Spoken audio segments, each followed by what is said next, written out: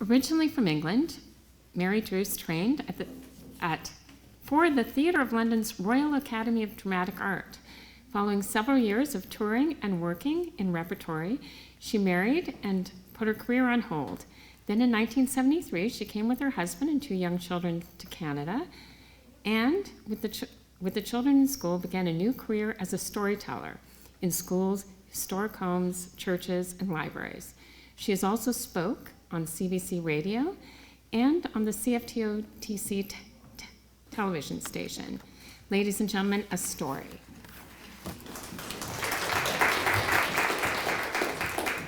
Thank you, thank you. 1958. I am 20 years old and standing at a bus stop on the corner of a street in Newcastle-on-Tyne, England. A small and very anxious dog scrambles his leash around and around my legs, pinning me to the spot. He has been borrowed from the local pound for this week's show and is understandably bewildered. Tucked firmly under my left arm is a pile of neatly folded sheets, borrowed from the local hospital. "I'm not sure that I should lend these to you, my dear. The last lot brought them back in a filthy condition." That's the matron. "Oh, matron, I'm so sorry about that, but my mother is a nurse, and she taught me how to wash and iron everything, including sheets." Do we even have an ironing board? We'll cross that problem when we come to it. Well, you look a decent sort. I'll trust you then, for now. In my right hand, I'm clutching the pole of a standard lamp. The lampshade is a problem. It keeps falling off. So, what to do? That's right. It must sit on my head. People are looking at me askance. I can't say I blame them. The bus arrives, and at first the driver will not let me on. I'm frantic. I've got to get back to the theatre in time, I tell him. There is an immediate change in the atmosphere. "Oh, the theatre," he says. "Pop up then, lass, and take a seat." And everyone joins in. Dog becomes untangled and made much of, which he enjoys. Someone takes the lampshade from my head and cradles it for me, and while I hug the sheets and clutch the pole, there is much conversation regarding what might be in store for the town during our coming season.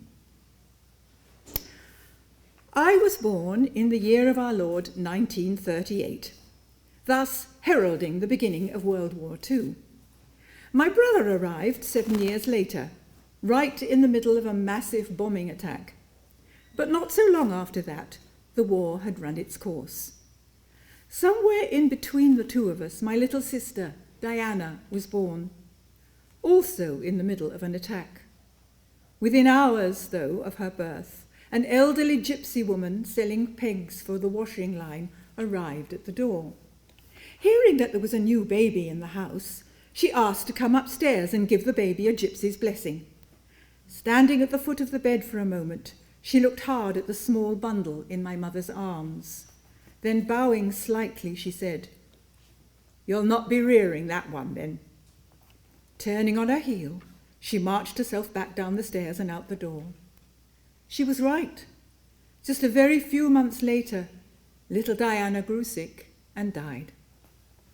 Heartbroken, my parents moved themselves and me down to my grandmother's place. There we stayed while the bombing continued, on and on. Not 3 weeks later, the house where we had been living suffered a direct hit. Had Diana not died when she did, we would all have been there and would have perished, and my brother would never have been born. Thank you, Diana. You saved us all. There was a shelter in my grandmother's backyard, and when the sirens went, we would all take our cushions and blankets and cuddle together, singing songs and telling stories. Then, when the putting of the doodlebugs, as we called them, ceased, there would be a breathless hush while we clutched one another, waiting to see whether this one would fall on us. When the final great crunch came, and the sirens started again and the dust fell from the walls, boy, that one was close, we would relax, while my grandmother, wailing, would rub my feet and declaim, "Oh, we'll all be dead in the morning. Och, the poor wee wains, we'll all be dead in the morning. We managed somehow to stay alive, this through being strafed by enemy planes, swooping out of the clouds while we kids were playing in the schoolyard. I remember the popping of the bullets as they spurted into the ground around us. Miraculously, none of us were killed. Once the war was ended, my parents bought a house in Littlehampton, Sussex, right beside the sea. We could not play on the beach for the first year, as there were still landmines buried there, with hundreds of wild daffodils growing in the sand above the tide line.